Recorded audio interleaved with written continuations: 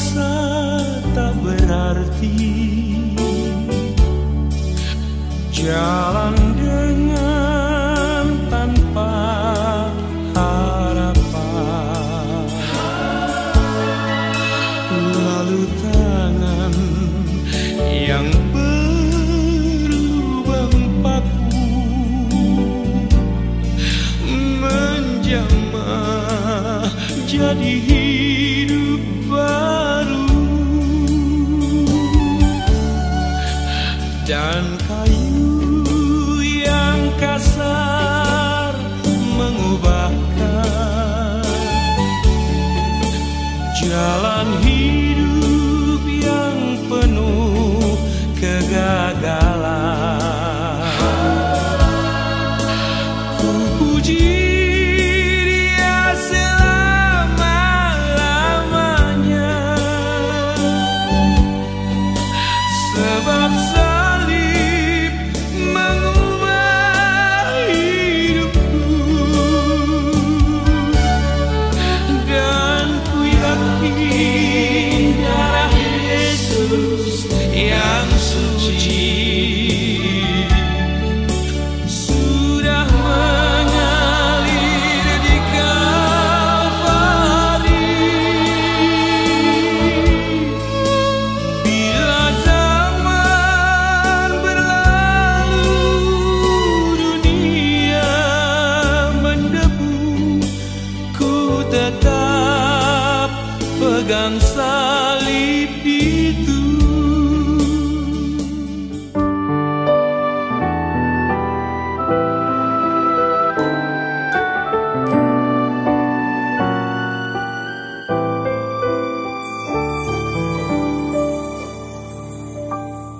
Seorang anaklah lahir untuk kita, seorang putera diberikan, lambang pemerintahan di atas bahunya, dan namanya pun disebut orang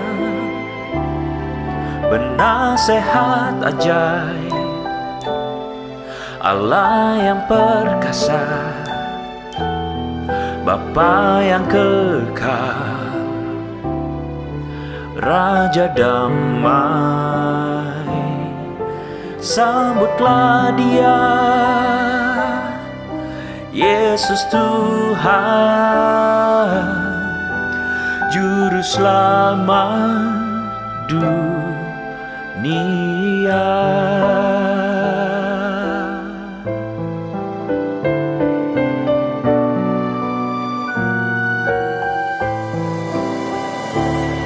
Lambang pemerintahan di atas bahunya, dan namanya pun disebut orang penasehat ajaib, Allah yang perkasa, Bapa yang kekal, Raja damai. Sambutlah Dia, Yesus Tuhan, Juru Selamat dunia. Perkataan ini adalah perkataan Nabi Yesaya 700 tahun sebelum kelahiran Yesus kepada bangsa Israel yang pada saat itu sedang berada dalam kegelapan. Tetapi Tuhan berjanji akan mendatangkan terang, bukan hanya kepada Israel, tapi kepada dunia. Dan bukan hanya kepada dunia saat itu, tetapi juga kepada kita hari ini. Sambutlah Dia, Yesus, Raja terang abadi, penasehat ajaib, Allah yang perkasa, Bapa yang kekal, Raja damai. Sambutlah Dia, Yesus Tuhan, Juru Selamat dunia. Sambutlah Dia, Yesus Tuhan, Juru Selamat dunia.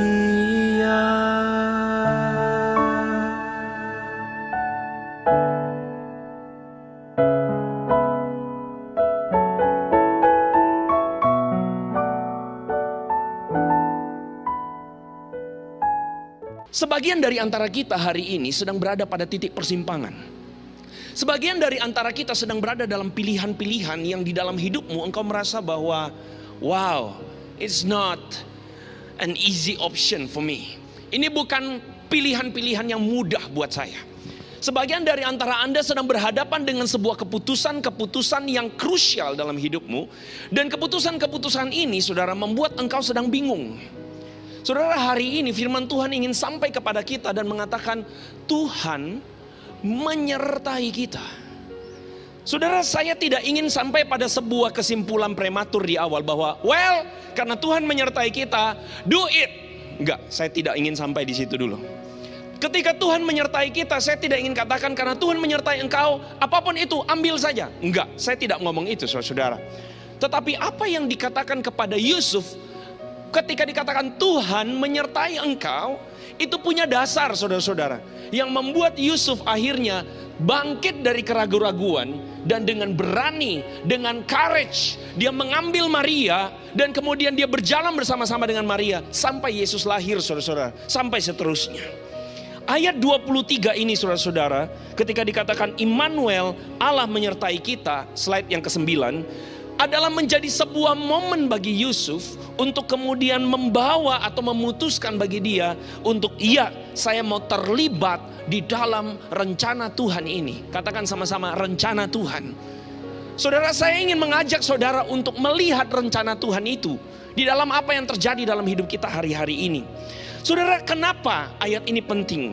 Saudara, ayat ini penting karena ayat ini adalah ayat yang diambil, perhatikan kata-kata saya, 700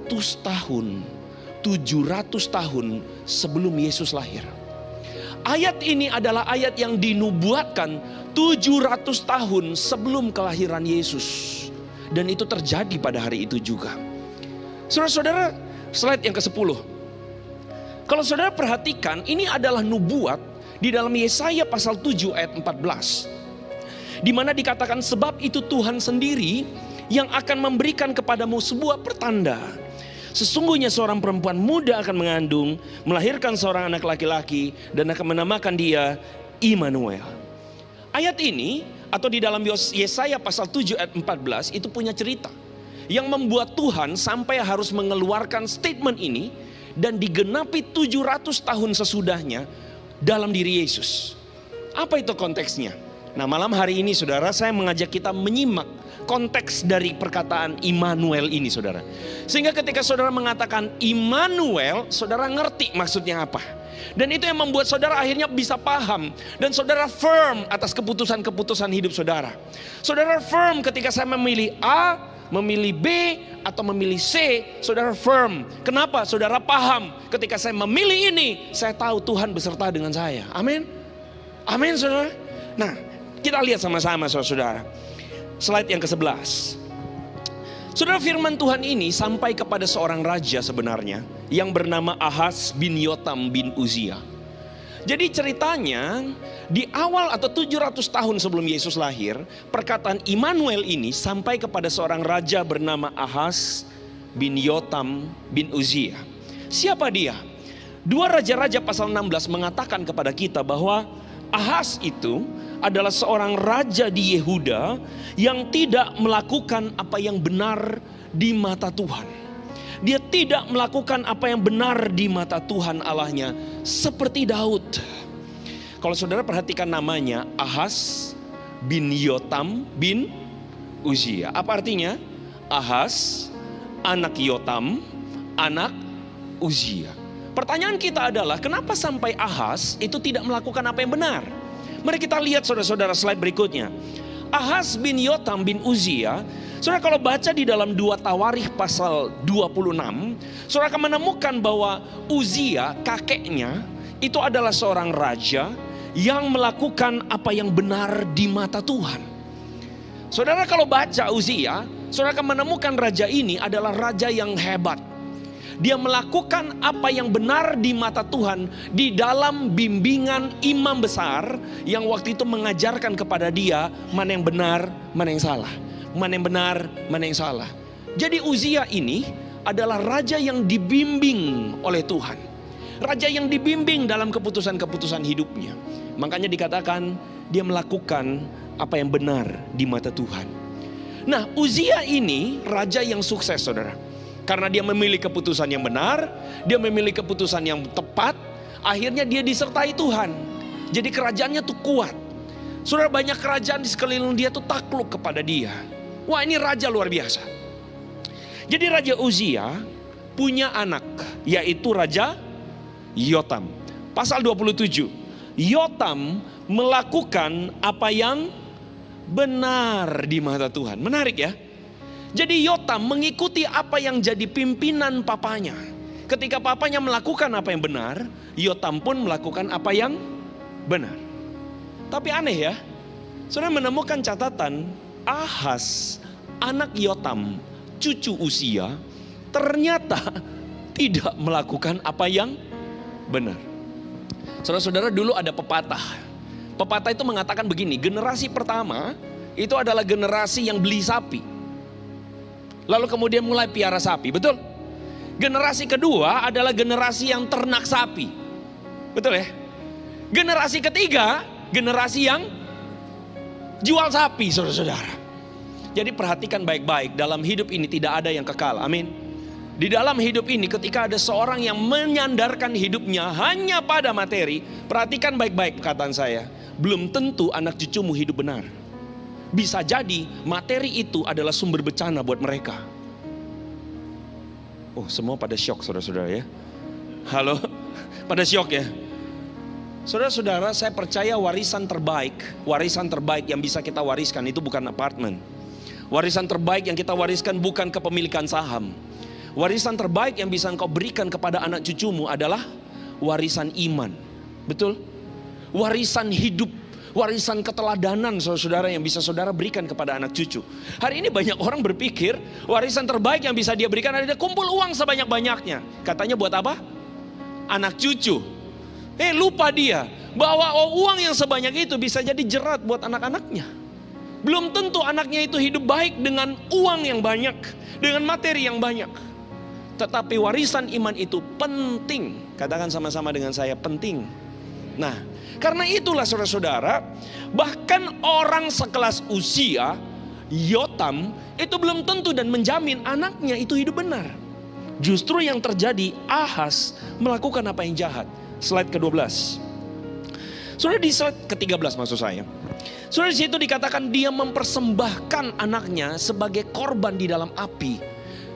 Perhatikan ini. Kalau saudara baca firman Tuhan, saudara baca ayat ini, seharusnya ini mengganggu saudara. Mempersembahkan apa? Bukan mempersembahkan uang ya saudara. Mempersembahkan apa? Anaknya ke dalam api. Sesuai dengan perbuatan bangsa-bangsa yang dihalau Tuhan di depan orang Israel. Saudara, kalau saudara perhatikan, itulah sebabnya kenapa Tuhan itu melarang orang Israel menikah dengan orang non-Israel. Saudara bisa temukan itu dalam hukum perjanjian lama, betul? Hukum perjanjian lama itu bukan berarti hukum itu berlaku selamanya. Hukum itu berlaku pada konteks hari itu. Makanya saudara, kalau hari ini banyak orang masih mempersoalkan hukum perjanjian lama. Kenapa kok tidak dilakukan? Kenapa kok boleh makan ini, tidak boleh makan itu dan sebagainya. Saudara ingat baik-baik, hukum itu berlaku pada konteks hari itu. Dan konteks hari itu adalah orang Israel dilarang menikahi orang-orang asing karena mereka akan tertular perbuatan bangsa-bangsa asing. Firman Tuhan mengatakan pergaulan yang buruk merusak kebiasaan yang baik, saudara-saudara. Karena kita kelompok dengan orang-orang sekeliling, maka itu yang terjadi adalah kita akan terpengaruh. Saudara-saudara, saya ajak saudara untuk melihat sekali lagi di slide yang ke-14. Kalau saudara lihat ilustrasi di depan ini, Ahaz mempersembahkan anaknya itu kepada dewa-dewa lain. Saudara bisa lihat ilustrasi itu tuh, di gambar itu adalah sebuah patung. Itu adalah dewa Moloch. Dewa Moloch itu adalah dewa dengan badan manusia, kepalanya kepala lembu atau kepala kerbau, saudara-saudara. Nah, yang terjadi adalah di patung itu, kalau saudara lihat kebiasaan waktu itu, di patung itu di bawahnya itu dikasih tempat perapian. Jadi orang masukin kayu, lalu kemudian orang bakar itu patung. Mereka bakar itu patung, jadi patung itu dari patung tembaga, saudara-saudara. Dan lama-kelamaan patung itu panas, patung itu merah. Dan waktu patung itu merah, saudara bayangkan, di tangan patung itu yang sudah merah itu, ditaruh bayi yang masih hidup. Bisa saudara bayangkan? Ada sini pernah makan Korean barbecue? Pernah makan? Bakar-bakar barbecue pernah? Nah, saudara bakar itu daging slice ya, beef itu ya. Oh, enak saudara, waktu bunyi gitu ya. Saudara bisa bayangkan tidak, itu bayi yang ditaruh di situ. Bayi hidup. Saudara bisa bayangkan itu. Dan Ahaz melakukan apa yang menjadi perbuatan keji dari bangsa-bangsa itu. Kenapa? Karena dia bergaul dengan bangsa-bangsa sekeliling itu. Saudara, satu kali ada seorang anak muda datang pada saya lalu mengatakan di YouTube. Lalu dia tanya sama saya, kok boleh enggak pacaran beda agama?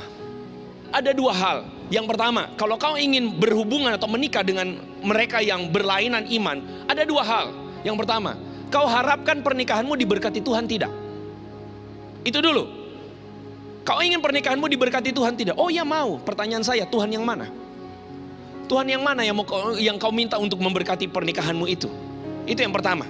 Karena jelas Tuhan semua agama itu lain-lain.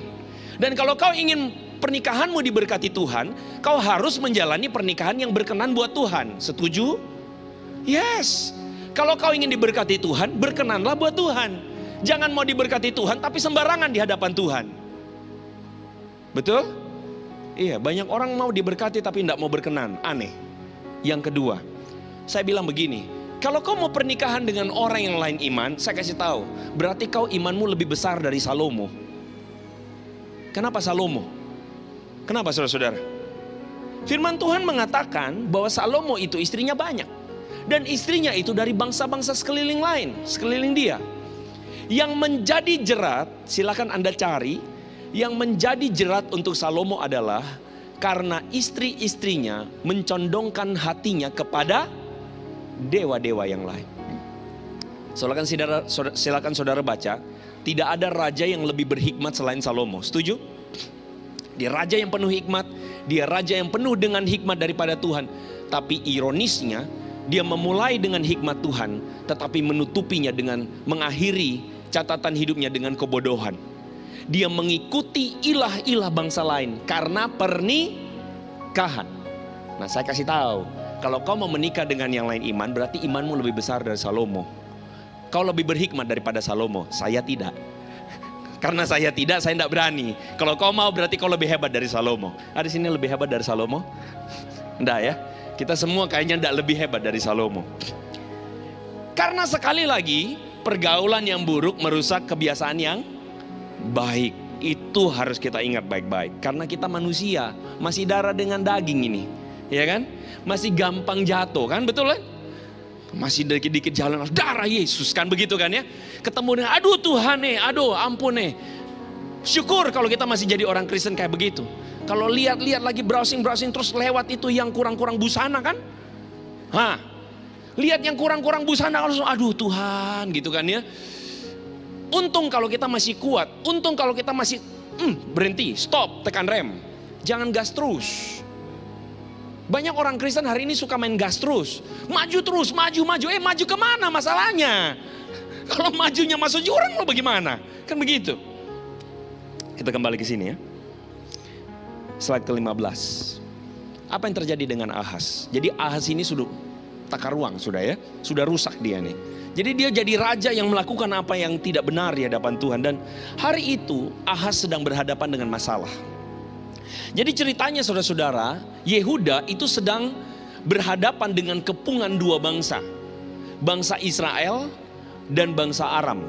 Dan apa yang terjadi? Ahaz bukannya mencari Tuhan.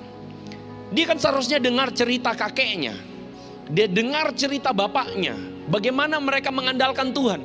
Bukan, Ahaz tidak dengar. Ahaz cari bantuan yang lain. Secara manusia dia cari bantuan manusia. Makanya saudara-saudara, di slide yang ke-16, Ahaz mencari bantuan dari Asyur. Saudara bisa lihat Asyur itu? Asyur itu letaknya ada di bagian sebelah sini saudara-saudara ya. Asyur itu waktu itu kerajaan yang baru berkembang dan makin kuat. Jadi Ahaz bilang kepada Asyur, Asyur bantulah aku. Nah di tengah keadaan itu tuh Tuhan intervensi. Next. Jadi Tuhan intervensi, Tuhan suruh Yesaya pergi kasih tahu sama Ahaz. Jangan andalkan manusia. Kasih tahu sama Ahaz, andalkan Tuhan. Kasih tahu sama Ahaz, aku akan memelihara engkau. Kasih tahu sama Ahaz, aku nih Allah nenek moyangmu ada di sini. Kasih tahu. Tapi saudara apa yang terjadi? Ahaz masuk telinga kiri, keluar telinga kanan. Mendingan masuk kiri, keluar lagi mental. Yang terjadi sama Ahaz adalah berikutnya. Ahaz meminta bantuan Asyur dengan mengatakan, aku ini hambamu, aku ini anakmu, majulah dan selamatkan aku dari tangan Raja Israel dan Raja Aram. Apa yang terjadi? Dia ambil emas perak bait Allah. Dia keratin itu emas peraknya, dia ambil itu emas peraknya. Dia bawa kasih ke Raja Asyur. Wow, saudara bisa bayangkan? Saudara bisa bayangkan itu? Dia ambil itu, dia kasih kepada Raja Asyur. Next. Dan dikatakan maka Raja Asyur mendengarkan dia, lalu maju berperang melawan Damsyik. Dan sesudah itu pergilah Ahaz menemui Asyur ke Damsyik. Dan saudara perhatikan apa yang terjadi. Setelah Raja Ahaz melihat mezbah itu, setelah dia melihat mezbah yang ada di Damsyik, dia suruh Imam Uria di Yerusalem, kau bikin mezbah yang sama. Dan kalau berbicara tentang mezbah, kita bicara tentang penyembahan. Dan dengan kata lain, Ahaz mengambil dewa-dewanya, orang-orang bangsa lain dimasukkan ke bait Allah. Ahaz ini adalah tipikal raja yang sudah jauh dari Tuhan, mengambil keputusan yang salah, dan kemudian dia ambil lagi dewanya orang, dia masukin jadi dewanya dia. Next. Saudara akan menemukan karakter Raja Ahaz. Saudara akan menemukan seorang raja yang betul-betul tidak berpaut kepada Tuhan. Berikutnya, yang mencari solusi menurut standar orang atau menurut perkataan orang. Solusi dari manusia-manusia saudara-saudara. Saudara, saya mendengar atau kemarin kita barusan lewat pandemi yang sudah sangat, saya tahu itu menyusahkan banyak orang sekali. Saudara-saudara, saya sangat sedih sekali ketika mendengar bahwa ada jemaat atau orang Kristen yang terjerat dengan pinjol, saudara-saudara. Kenapa pinjol? Karena berpikir bahwa ini solusi instan. Saya lagi dalam masalah. Bagaimana caranya supaya saya bisa keluar dari masalah itu? Ambil pinjol. Ada sebagian orang yang terjerat dengan, wow murah banget. Karena kepengen jadi murah banget toh. Kepengen jadi lihat ini, wah murah banget. Semuanya murah banget, murah banget. Wah udah mulai kepengen toh. Karena kepengen apa yang terjadi? Masukin asetnya. Jual itu semua, digadaikan, masukin ke situ. Penghabisan apa? Habis. Dan lebih parah lagi, dia ambil dana dari pinjol, masukin ke murah banget. Lebih parah lagi saudara. Pernah gak saudara ketemu dengan orang-orang Kristen yang memilih keputusan-keputusan yang keliru dan keliru? Pernah gak? Saya pernah gak ketemu dengan orang-orang Kristen yang mengambil keputusan yang salah dan salah? Kenapa itu? Kenapa saudara-saudara? Saudara, sesederhana firman Tuhan mau kasih tahu sama kita, ini mirip kayak Ahaz yang mengambil keputusan yang salah dan salah. Ahaz tidak bisa membedakan mana yang benar, mana yang salah. Next. Ahas tidak bisa membedakan mana yang benar, mana yang salah. Dia asal ambil aja keputusan-keputusan yang dia anggap benar. Next. Dan fenomena ini saya sebut dengan fenomena kegelapan rohani. Fenomena di mana ada sebuah selubung yang menutupi mata rohani Ahas, sehingga dia tidak mampu bisa membedakan mana yang benar, mana yang salah. Kalau hari ini saudara-saudara engkau masih datang, engkau masih cari jawaban. Bahkan ada orang Kristen yang masih cari jawaban bukan dari Tuhan, tapi cari jawaban dari dukun. Itu menunjukkan bahwa ada kegelapan rohani dalam hidup kita. Kalau hari ini saudara ada orang Kristen yang mencari jawaban bukan dari Tuhan, tapi cari jawaban dari orang lain, bahkan cenderung jawaban tersebut adalah keliru. Bagi saya itu adalah kegelapan rohani, saudara-saudara. Saya masih bingung dengan orang Kristen yang masih cari jawaban di gunung. Syukur kalau gunungnya Gunung Sion, saudara-saudara ya. Syukur kalau gunungnya Gunung Sinai. Cari Tuhan. Tapi ini gunungnya gunung yang lain, saudara-saudara. Cari jawabannya kenapa? Semedi katanya. Syukur kalau semedinya cari Tuhan. Tapi ini semedinya cari semesta, saudara. Saudara, hari ini masih banyak di antara kita mungkin kita menemukan ada orang-orang Kristen yang masih cari. Bahkan bukan cari dari dukun, tapi juga cari masukan dari orang-orang bukan Kristen. Saudara, satu kali ada seorang atau sebuah keluarga yang datang pada kami lalu mengatakan, kami mau cerai. Hah? Kaget saudara. Ini keluarga kita kenal baik-baik aja. Jadi istrinya ikut persekutuan. Suaminya datang setia antar istrinya, anak-anaknya ikut ke gereja. Anak-anaknya ikut persekutuan remaja. All is good. Tahu-tahu datang ke kami lalu mengatakan mau cerai. Lu bingung kami. Lalu kemudian kami tanya, ada apa? Suaminya bilang, ini Pak terjadi sejak istri saya nge-gym katanya. Wah, nge-gym. Apa hubungannya nge-gym, saudara-saudara ya? Kenapa nge-gym? Ya tentu saja nge-gym mah gak masalah. Tapi masalahnya adalah dia ketemu dengan teman-temannya, sosialita-sosialita yang ada di gym, saudara-saudara. Jadi ceritanya karena mereka hangout, pergi dong keluar, ibu-ibu sosialita kan. Waktu keluar duduk lalu lihat, wah tas kamu kok masih nggak merek itu kan begitu ya.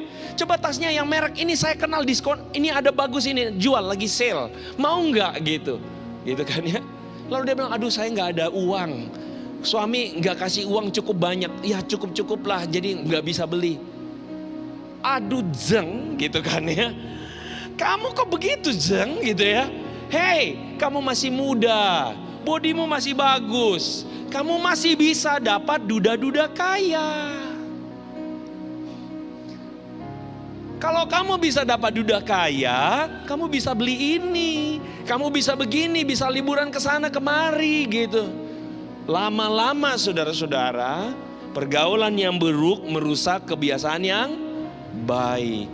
Lama-lama meskipun ke gereja, tapi otaknya sudah terpengaruh. Akhirnya mulai rasa, iya ya suami saya kasih uang gak cukup ya. Iya ya kenapa ya saya berhak untuk dapat uang lebih banyak ini. Dia lebih enak ya, rumput tetangga selalu lebih hijau, betul ya. Aduh tetangga ini kok mobilnya mobil baru gitu kan ya. Coba lihat tetangga itu dia udah mau liburan ke Eropa. Lihat itu tetangga, aduh itu kok tasnya tas baru begitu kan ya. Suami-suami tertekan. Hai suami-suami, kalau istrimu ngomong begitu, jawabin, iya tetangga juga istrinya istri baru. Enggak. Bercanda saudara-saudara ya. Saudara-saudara akhirnya istri ini kemudian mengatakan, cerai aja deh. Saudara, gara-gara pergaulan, kegelapan rohani saudara-saudara terjadi. Dan hari itu saudara-saudara kegelapan rohani itu menutupi pikiran banyak orang. Di tengah kegelapan rohani, ketidakmampuan orang memilih mana yang benar, mana yang salah. Disitulah berita pengharapan bagi kaum Yehuda, saudara-saudara. Firman Tuhan sampai melalui Nabi Yesaya kepada Ahas. Firman Tuhan mengatakan di slide yang ke-22. Firman Tuhan mengatakan, Tuhanlah yang akan memberikan kepadamu suatu pertanda. Sesungguhnya seorang perempuan muda akan mengandung dan dia akan melahirkan seorang anak laki-laki. Dan mereka akan menamakan dia Immanuel. Artinya apa? Tuhan beserta dengan kita. Apa maksudnya Tuhan beserta dengan kita? Kalau saudara melihat konteks itu, bagaimana Ahaz yang hidup sekenanya dan sembarangan. Apa maksudnya pentingnya Tuhan beserta dengan kita? Tuhan beserta kita maksudnya adalah Tuhan yang akan hadir dan datang kepada umatnya yang sedang ada dalam kegelapan rohani itu. Tuhan akan datang sendiri dan akan menghapuskan kegelapan rohani, di mana banyak orang yang tidak bisa membedakan mana yang benar, mana yang salah. Banyak orang yang hidup menurut sekenanya, hawa nafsunya, suka-suka dia. Tuhan akan datang kepada umatnya dan akan menunjukkan kepada mereka, akulah jalan dan kebenaran dan hidup. Tidak ada seorang pun yang dapat datang kepada Bapa kalau tidak melalui aku. Yesus mau tunjukkan kepada dunia bahwa apa itu hidup yang sesungguhnya, yaitu ketika hidupmu berkenan kepada Tuhan. Hari ini banyak orang mengajarkan kepada kita bahwa hidupmu akan berarti kalau kamu punya sesuatu. Kalau kamu berwibawa. Apa wibawa? Bawa kulkas. Bawa Mercy. Kan begitu kan ya? Bawa Rolex. Bawa ini. No. Hidupmu berharga di mata Tuhan bukan karena kau pakai Rolex. Hidupmu berharga di mata Tuhan bukan karena kau nyetir Mercy. Dunia memang mengajarkan kita bahwa yang nyetir Mercy dihargai. Saudara boleh bawa mobil. Sama-sama Toyota. Tapi beda perlakuan. Yang bawa Alphard masuk mall, satpam lewatin. Oh iya boleh Pak, masuk. Avanza di belakangnya, stop, periksa dulu. Itu kenyataan. Dan dunia membuat kita berpikir bahwa kita harus punya Alphard baru kita dihargai. Amin. Perhatikan baik-baik. Iblis itu adalah bapa segala penipu. Dan karena dia bapa segala penipu, dia menipu kita, membuat kita berpikir bahwa hidup kita berarti kalau kita bawa Alphard. Tapi Kristus datang membebaskan umatnya dari kebodohan cara pikir itu. Yesus mengatakan kepada kita, anak-anaknya, umatnya, dia mengatakan kepada kita bahwa engkau dikasihi bukan karena engkau bawa Alphard. Kau dikasihi bukan karena kau pakai Rolex. Kau dikasihi dan kau berarti. Saudara, kegelapan rohani itu dihempaskan dengan terang yang turun. Dan itulah Immanuel, Allah yang menyertai kita. Tuhan datang untuk membuat orang yang merasa dirinya pintar itu bodoh semua. Mereka sadar bahwa mereka jadi bodoh. Kenapa? Karena hikmat Tuhan itu yang membuat kita ditelanjangi, saudara-saudara.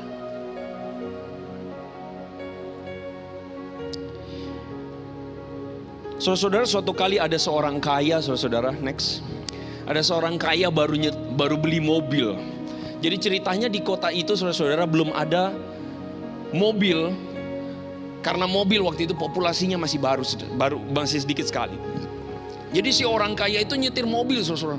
Dengan bangganya dia nyetir mobil karena dia adalah pembeli pertama mobil di kota tersebut. Orang-orang sekeliling lewatin, saudara-saudara. Pakai kuda, masih pakai keledai, pakai gerobak, liatin. Wah mobil, saudara-saudara ya. Wah dia dengan bangganya, saudara, dia nyetir. Ini mobil yang saya beli mahal. Dan lihat orang-orang semua liatin saya. Saudara-saudara, ketika mobil itu sampai di pinggiran kota, entah kenapa itu mobil bunyi itu, saudara. Dedet. Wah, kok bunyi-bunyi? Kok ada sedikit masalah? Apa yang terjadi, saudara-saudara? Disitulah mobilnya mogok. Dan ketika mogok, dia bingung, dia turun. Waduh, kok mobil saya mogok? Gimana cara beresinnya? Sedangkan ini sudah jauh dari kota, di pinggiran, masa saya jalan kaki? Saudara-saudara, akhirnya di tengah kebingungan itu, di ujung jalan datang opa-opa, saudara-saudara. Bapak-bapak sudah sedikit tua, pakai sepeda, saudara-saudara. Terus kemudian mendekati mobil tersebut, mendekati orang kaya ini. Lalu kemudian orang kaya cuma liatin, aduh, kakek-kakek paling-paling mau lihat ini mobil begitu kan ya. Mau minta selfie, nggak ada selfie waktu itu ya. Ya paling mau liatin ini mobil. Aduh, ya sudahlah. Kakek itu beneran berhenti tepat di samping mobil, saudara. Ketika dia berhenti, lalu kemudian si kakek tua ini bilang begini, mogok. Ya iyalah, masa saya mau mejeng di sini, nggak ada gunanya saya mejeng. Terus kemudian kakek tua itu bilang begini, saya sedikit tahu tentang mobil ini. Saya tahulah, boleh nggak saya benerin? Hah? Kakek-kakek naik sepeda mau benerin mobil? Anda itu siapa? Saya orang kaya yang bisa beli mobil ini. Terus kakek itu bilang, ya kalau kamu mau saya benerin, kalau enggak ya udah. Akhirnya dia nggak ada pilihan kan? Ya udahlah, udah lu benerin deh. Akhirnya kakek itu kemudian ke belakang sepedanya, di poketnya dia ambil tuh kunci pas, saudara. Dia ambil kunci pas, dia buka kap mesinnya. Waktu dia buka kap mesinnya dia bilang, bener. Lalu kemudian dia ambil kunci pas, dia mau pukul, saudara. Waktu dia mau pukul, si orang kaya bilang, stop. Ini mobil mahal, jangan kamu pukul, rusak nanti, siapa yang akan ganti? Lalu kemudian si kakek itu bilang, udahlah, percaya sama saya. Dia getokin, tak. Si orang kaya kaget. Diketokin lagi, tak. Aduh, udah rusak mobil saya. Diketokin lagi, tak. Lalu dia bilang, udah sekarang start. Di engkol, saudara, mobilnya. Dulu kan masih engkol, saudara ya. Di engkol dulu, engkol. Di start, saudara. Jalan mobilnya. Wih, orang kayanya kaget. Loh, kok jalan nih mobil begitu kan ya? Mesinnya kok jalan lagi?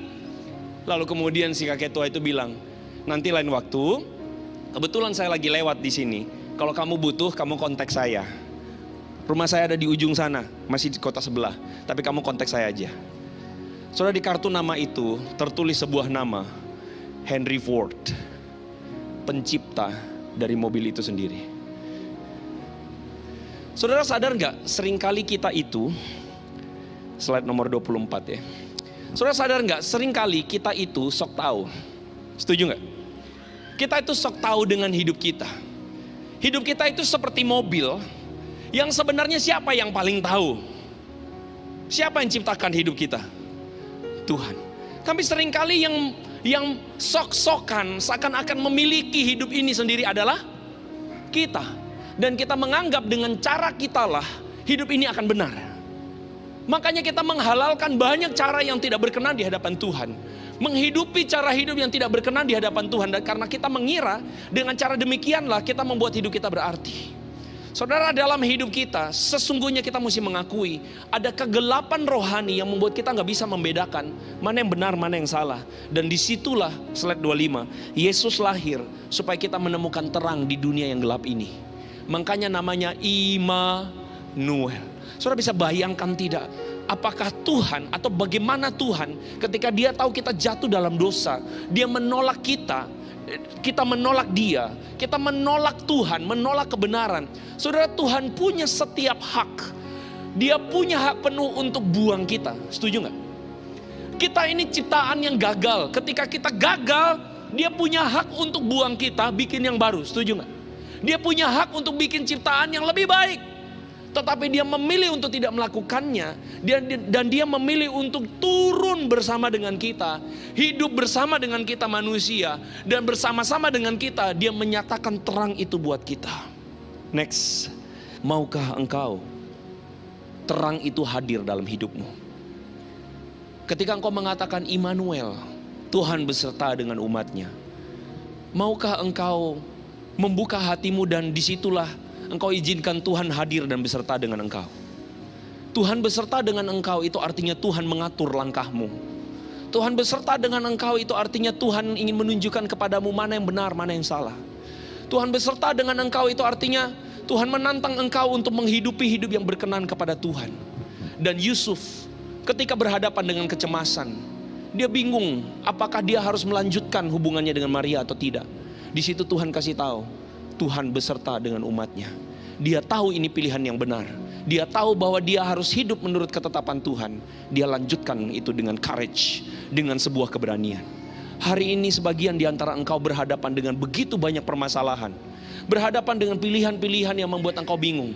Pilihan yang mana yang paling benar? Pilihan mana yang harus saya ambil? Dengarkan ini. Firman Tuhan hari ini sederhana. Immanuel, Tuhan beserta kita. Maksudnya adalah Tuhan ingin supaya engkau memilih keputusan-keputusan yang tepat. Jangan pilih keputusan yang salah. Jangan pilih keputusan yang hanya menyenangkan hatimu saja. Jangan pilih keputusan yang benar di mata manusia tetapi tidak benar di mata Tuhan. Pilihlah keputusan yang berkenan buat Tuhan. Dan izinkan dia hadir dalam hidupmu hari ini. Izinkan dia hadir dalam hatimu hari ini. Izinkan dia jadi Tuhan memimpin engkau hari ini. Engkau sedang bergumul dalam keputusan-keputusan bisnismu, pekerjaanmu. Tapi hari ini Tuhan berbicara padamu. Sesimpel percayalah kepadaku dan taatlah kepadaku. Sesimpel percayalah kepada Tuhan. Dan jadikan ini perjalanan rohani yang baru buat Tuhan. Jadikan ini perjalanan rohani yang baru buat engkau. Dan biar jadikan ini kesaksian yang indah buat engkau bagikan buat banyak orang. Tapi hari ini Tuhan cuma minta satu. Percaya. Tuhan minta satu. Percaya kepadaku. Hidup menurut apa yang aku inginkan. Jalan dengan berani. Jalan dengan courage di dalam Tuhan. Barang siapa ada di antara engkau mengatakan, Tuhan aku ingin supaya betul-betul engkau hadir dalam hidupku. Aku ingin supaya engkau betul-betul hadir dan membuat aku berani untuk melangkah. Mari engkau nyanyikan lagu ini dengan lembut saja. Into my heart Lord, into my heart. Into my heart. Into my heart, come into my heart, Lord Jesus, come in to stay, come in to stay. Come into my heart, Lord Jesus. Tuhan, hamba-Mu berdoa menyerahkan setiap jemaat-Mu Tuhan, yang pada saat ini Tuhan mengatakan, Tuhan aku ingin supaya aku diberikan courage daripada Tuhan, untuk aku setia kepadamu, untuk aku memilih apa yang berkenan buat Tuhan. Karena aku percaya bahwa Tuhan beserta denganku, maka aku akan menghadapi kehidupan ini dengan berani, dengan penuh percaya kepada Tuhan. Hamba-Mu berdoa, Tuhan biarlah Engkau membukakan pintu-pintu langit buat mereka, buat setiap jemaat-Mu yang memilih untuk setia kepada Tuhan. Engkau membukakan tingkap-tingkap langit kepada mereka. Engkau membukakan jalan-jalan yang tertutup bagi mereka semua Tuhan. Biarlah mereka hidup menurut ketetapan Tuhan dan menjalaninya dengan penuh kesetiaan. Kami bersyukur kepadamu untuk Engkau yang hidup dan untuk Engkau yang tidak meninggalkan kami, untuk Engkau yang bersama-sama dengan kami sekarang dan selama-lamanya. Yang percaya sama-sama katakan amin. Berikan kemuliaan bagi nama Tuhan.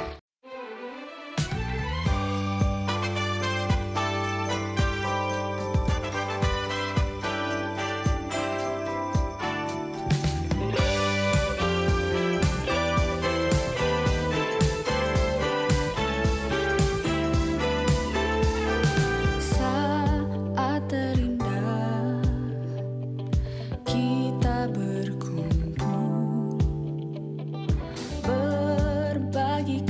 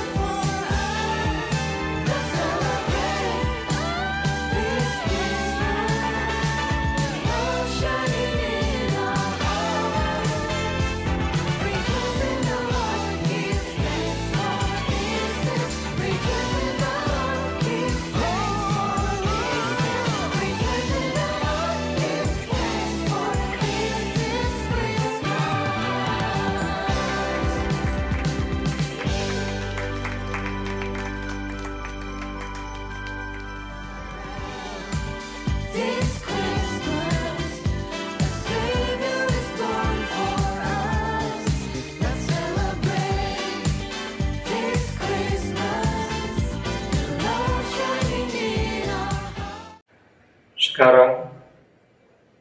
Terimalah kasih karunia dan damai sejahtera Tuhan Yesus Kristus, dan kasih Allah Bapa kita, serta persekutuan Roh Kudus menyertai setiap kita, sekarang, seterusnya, dan selamanya. Amin.